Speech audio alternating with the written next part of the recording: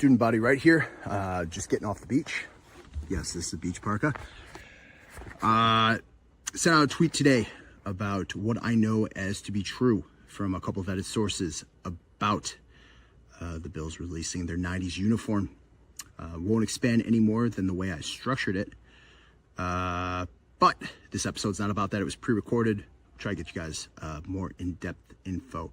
This week, if I get shelled, I get shelled. Tommy Doyle did retire though.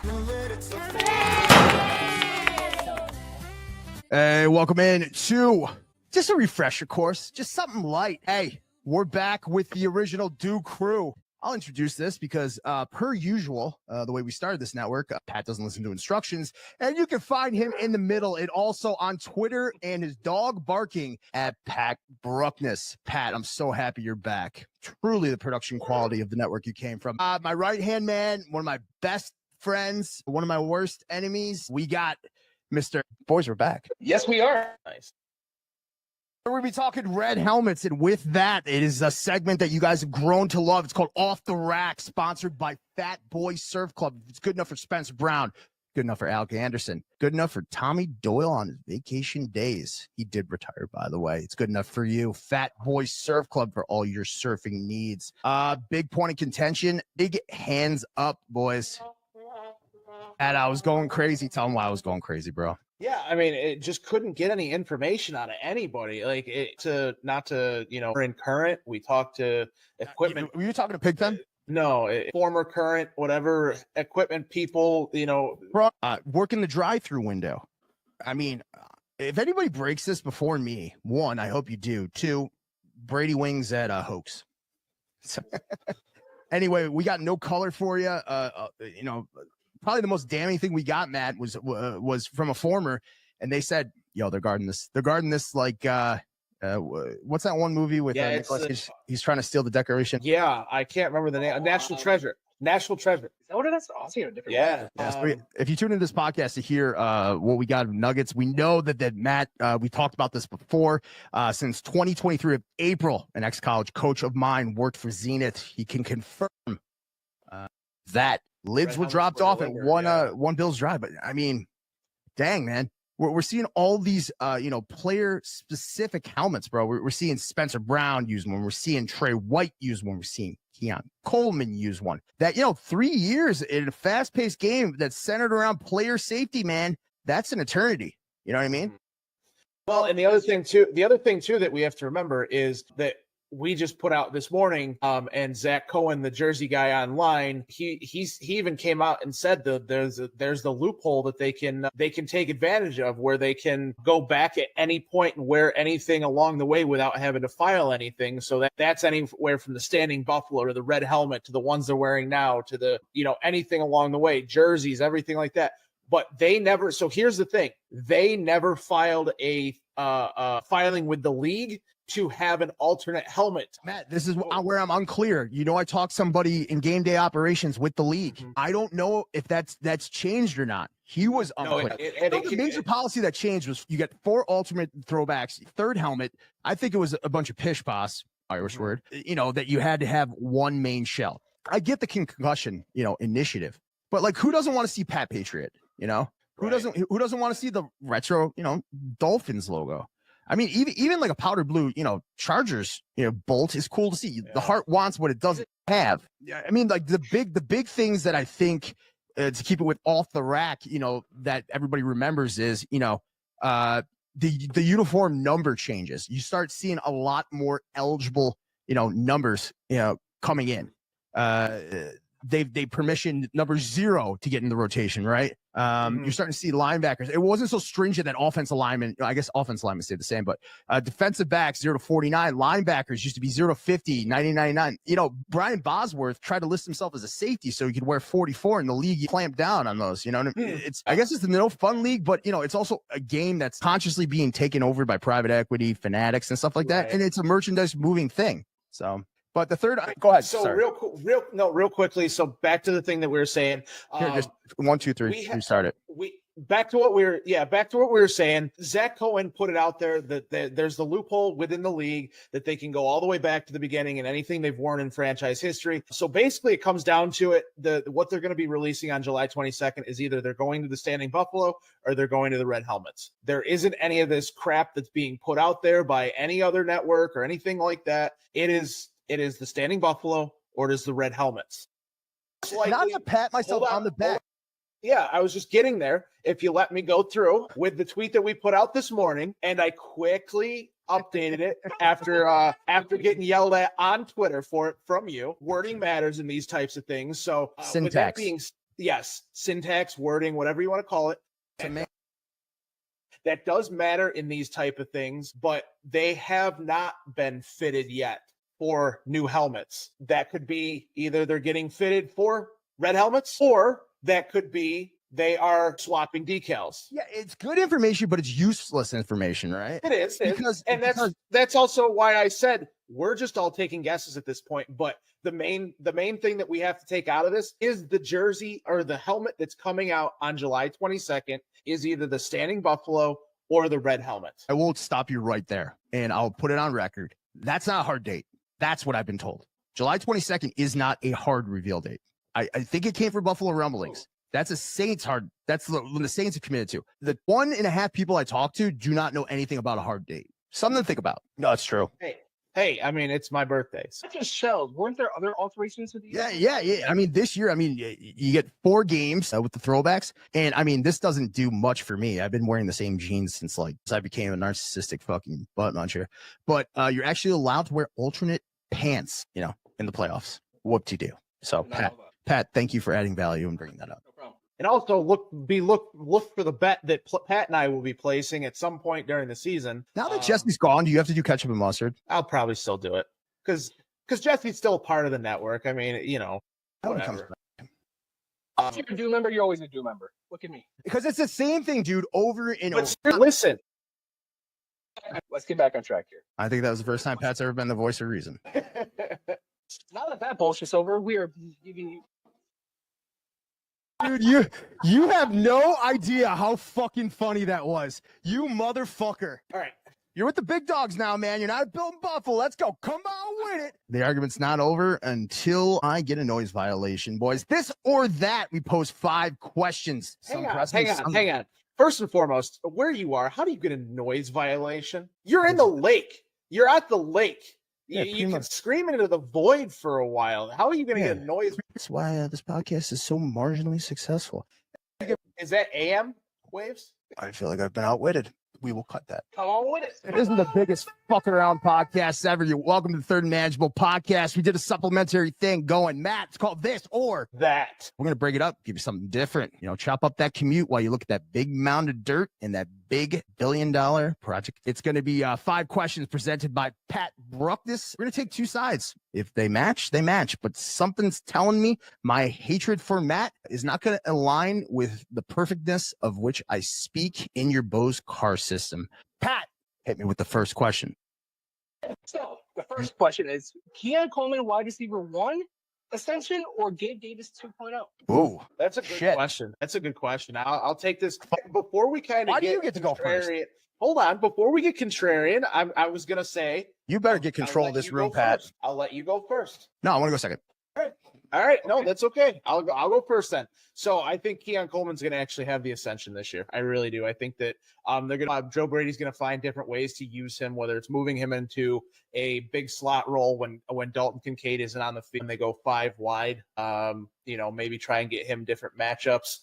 Josh is going to probably try and find him down the field. And we did see the video the other day that does have me a little worried about his footwork and things like that, because he is looking a little slow compared to somebody like an Elijah Moore or a Josh Palmer. But I think that he is going to have a slight breakout this year and continue going upwards with that ascension. Institute, on to you. Yeah. Getting disciplined in the media is not great. It's not a tactic Brandon Beane is known for. Pat, did you get disciplined in the media last year? Yes, he did, I believe. That means we've taken alternate routes. We've gotten positional coaching, tutelage, and encouragement. We've gotten after practice reps. We've gotten head coach, maybe reprimands. I don't know any more than the average bear. Brandon Beane doesn't negotiate in the media for contracts. He doesn't negotiate in the media with the refs. He called out Keon Coleman like there's a major problem. Okay. So much so that he was putting him on notice.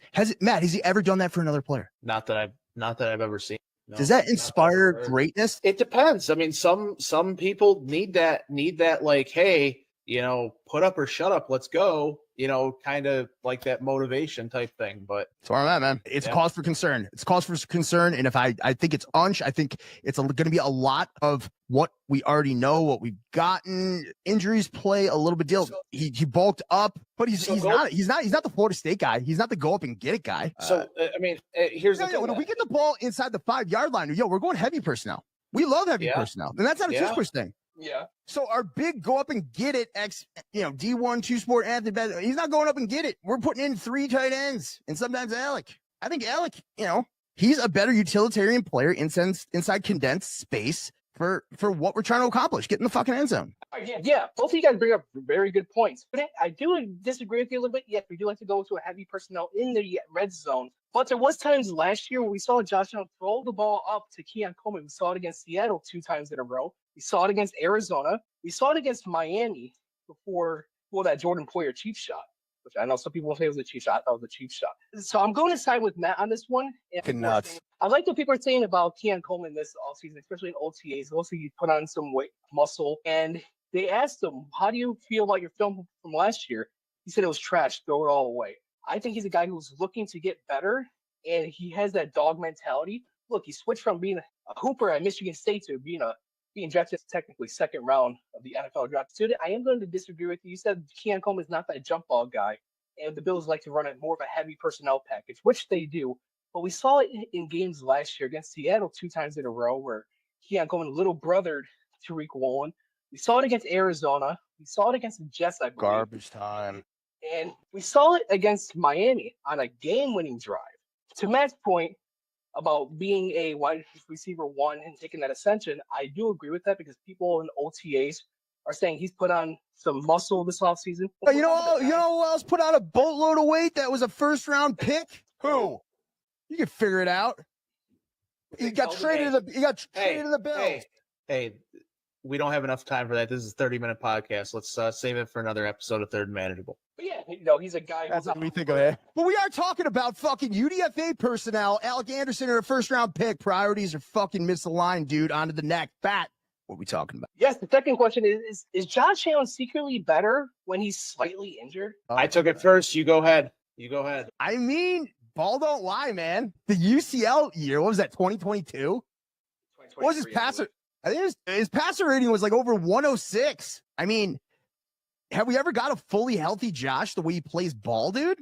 Maybe Josh is just a fucking tank that's built out of desire, and maybe that motivates him that he's got to keep the locomotive moving despite how his body feels because he means so much. Look, I know we're trying to get away from the adage of cowboy ball. We're getting away from the adage of just because, Matt, you can throw it doesn't mean you should. I mean, he's dealt with leg, shoulder soreness. It's kind of like the primal, like warrior hypothesis. When Allen's banged up, his chaotic tendencies kind of are reined in. Less risks, not putting the body in harm's way. It's almost like a subconscious collar on a vicious dog. So I'm going to say, yeah, Josh Allen's played hurt for as long as I've known him, and he's played great for as long as I know him, and he's the reigning MVP. Matt, what do you say? Yeah, I'm going to take the completely opposite side of that, to be honest with you. Shocker. Shocker, complete shocker. But no, in all seriousness, I mean, I think that he plays hurt, but I think he could play better if he reined it in when he was not hurt and did those same things and potentially be even better. Because if his shoulder's not hurting, or he doesn't have a UCL injury, or his legs aren't banged up in week 10 of the season, what could he do? What could his passer rating actually be? What could his accuracy actually be? If he goes back to, I'm going to take my third read, which is my legs, and change it to his sixth read that's his legs when he's hurt, maybe he's better. Maybe if he just takes off with it when he's feeling right and then getting out of bounds. Well, Matt, also the question, as we talk about all the time, the question is inherently flawed because the best you're ever going to feel, Matt, is when? First day of training camp, when you're getting taped up. I'm going to have to see. No, this one's very close. I feel like this is a 12-round boxing match with this question, both of you guys' answers. You bring up good points about last year with his fractured left hand. But I'm going to side with Matt because if you remember correctly, when Josh Allen had a slightly torn UCL, you saw it even in that Minnesota game. He looked fine, but it felt like as the season went on, even against Cincinnati, Josh Allen did not have the zip on that ball that he had before that injury. And I believe that was the year where we played the Rams week 1. And you can see a difference where he had the zip on the ball, but after that injury, Josh Allen's arm was shot after that injury. Can I tag out for Whittle? I'm getting shelled right now. It's not even Whittle anymore. It's the almighty. All right. The third question. Is Dalton Kincaid more valuable as a slot receiver rather than an inline tight end in 2025? I love this question. I absolutely love this question. Very good question. Yeah. Timeout. Cut it. Cut it? Fucking blow me, dude. Answer. Which side am I taking? You took the side of wrong side. Yes, his separation hands and yak ability, screen, oversized wide receiver. Wait, Matt's red, right? No. So no, you're taking no. Moving Kincaid 2. Matt is. Matt. No, I'm not. I thought I was blue. Watch this, Matt. Watch this, right? Dumb question. That's what makes him great. The duality of his game. He could be at the crown of the trips formation, and he can kind of block. I mean, you got to remember, Matt. I think you kind of agree with me. This guy played at the University of San Diego. 1AA team, right? Getting his body right. He didn't play a ton of big FBS years. We get, FCS guys, Spencer Brown. We get young guys, Greg Rousseau. Get him in the weight room. Like the duality of you never know what he's going to do. He could play from the apex to the crown. He could be split out. You could put him in even in jet motion. The guy's an athlete. He doesn't have to be this or that. He is a very, very unique tight end that, I'm drawing a blank as to who to compare him to. Matt, aren't you? Yeah, and here's the thing too. The two points to this. First and foremost, I'm going to agree with you. There is no this or that on this. There's no reason for this question. He catches 2 or 3 of the balls last year. We're not having this conversation. Is what is Dalton Kincaid better as? He's going to play inside. He's going to play outside. He's going to play upside down if he has to. Because the beauty of the question is, it's for the defense. What is Dalton Kincaid going to be doing? Right, and that's the same. That's the same thing. That's the same thing as well. That kind of we brought up. You brought up a great point about getting guys into a weight room and getting them with a great quarterback and getting them. There's another guy on the team that's going to be very similar. Elijah Moore. Let's be serious. Elijah Moore. I've been calling for him, and student, you know this. I've been calling for him since December, even before last season was over. Fair dues. I was calling for him, the Bills, when we did a free agency preview, when we had a downtime last year in December. I said that this team needs to sign Elijah Moore because he runs a 4.35. He was an 8.69 RAS score, and the guy just separates with the best of them. And you put that guy on the field with a Dalton Kincaid on the inside, with a Keon Coleman on the outside, and a Khalil Shakir, and then James Cook in the backfield and Josh Allen's legs. Please tell me who's stopping that. Good luck. Better pray. I do want to bring this back to Dalton Kincaid very quick. Matt, you brought up a good point about if Dalton Kincaid makes 2 or 3 of those catches from last year, we're not talking about this. Did that PCL injury play a factor in that final play in the AFC Championship game? I mean, it seems like both of his legs were a factor. I mean, because we saw him last year. I think it was the left PCL that was injured, and then we saw him during camp or during summer this year or spring this year. He had a sleeve on his right leg. So, I mean, he just seemed like he was playing on 2 bad legs last year and couldn't get out of his own way. So for him to have the ability to even get downfield against Kansas City and even try and catch that ball, yes, it hits your hands, you catch the ball. That's your job. But also at the same time, you got to give him a little bit of credit for even getting there because of his both bad legs. Okay, what was his greatest catch, Matt, last season? Who's? Kincaid's? I can't think of one. Exactly. Don't sum up a body of work, do the most penultimate thing that ended a season. It's bullshit. I agree with that too. You bring up a very great point, and that's what makes Dalton Kincaid great, and that's what makes defense always wonder, what is Dalton Kincaid going to do? As you saw it back in week 1, Arizona was all over Kincaid, and they were not going to let him be the deciding factor in the game. So good point. Dad?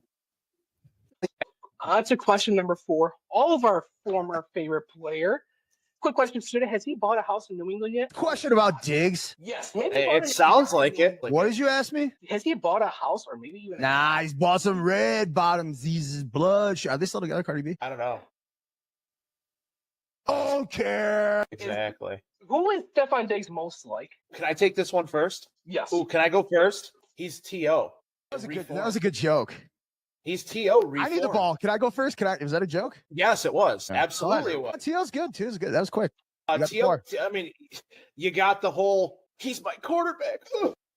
I'm gonna lose this. Fuck. Eagles doing the friggin' sit-ups and push-ups and weight shit in his driveway. And maybe Diggs wasn't on that level exactly because he did a lot of the stuff through the media or through his brother or through whatever or through like tweets that are like covert, however you want to put it. Through 4 teams, like a mercenary, a journeyman. Yeah, but that's the thing. I mean, I think T.O. is probably the closest thing to him. I wouldn't go as far as somebody like Antonio Brown, who just like went off the deep end. I'm not a doctor. I don't pretend to play one on TV, but like that dude needs help. But I would say Diggs is very much similar to T.O. in the fact that, you know, not only with the stuff off the field, but also the fashion stuff and he does have love for football. When it does come to football time, he is there on the field, but all the shit that goes off the field, the shit with the quarterback stuff that kind of broke up those relationships, it just reminds me a lot of what happened between Josh and Diggs. Yeah, Agent of Chaos. I think that's a really good answer. But to add to it, I would say kind of Brandon Marshall, man. Intelligent, super emotional. He's always at odds with team culture, offensive structure, publicly vocal about his frustrations, his usage in the team and yardage situations. Both very intense, but sometimes laissez-faire when it's just straight lyrics. So, Matt, good answer. I think there's a sprinkle of Brandon Marshall in there. I mean, we saw it a little bit with Brandon Marshall. His struggles were very well documented through his depression and everything like that was out in the media. Do you think that Diggs, it's softened up the game? His game has want to be in the game a little bit as he got older and older through his career? Do you think it's more just, the need for it? Has it softened his love for the game or hardened his staunchness on his personal behavior? Has it softened his love for the game, or is it hardened the same thing as calloused? Yeah, because you gotta be calloused if you're on your 4th team, lad. 4th team with no general success and just a trail of the dead behind you with nothing to speak for it. You know, he didn't pick Minnesota. He didn't pick Buffalo. He didn't pick the Texans. I guess he got a little. Did he really pick New England? Yeah, like this is like the worst fucking Cinderella belle of the ball ever. He didn't even get to turn into a pumpkin. He turned into discarded clam chowder. I mean, I don't want to say that, but the guy's 31 years old. If my dad was still alive, he would take him in the 2nd round of our fantasy football draft, though. Big names, big plays. That was good. Yeah, fellas.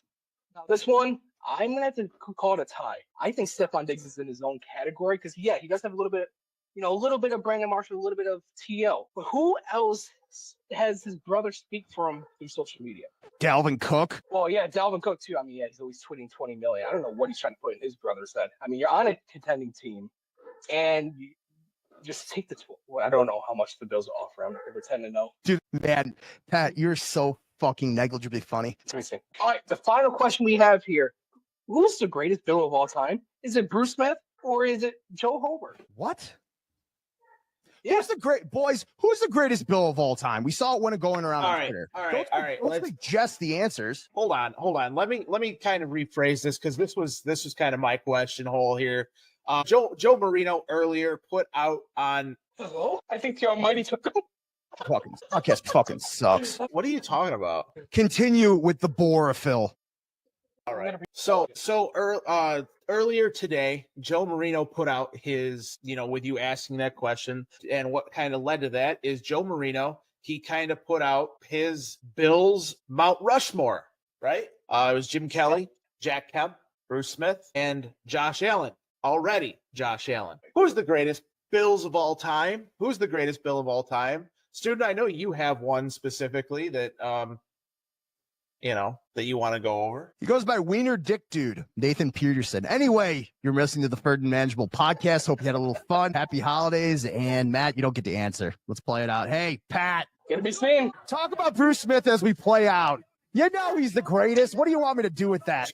200 sacks, man. Shut 200 sacks. What are you going to do? Come on. 200 sacks. That was kind of fun. I can't believe I called Nathan Peterman Wiener Dick.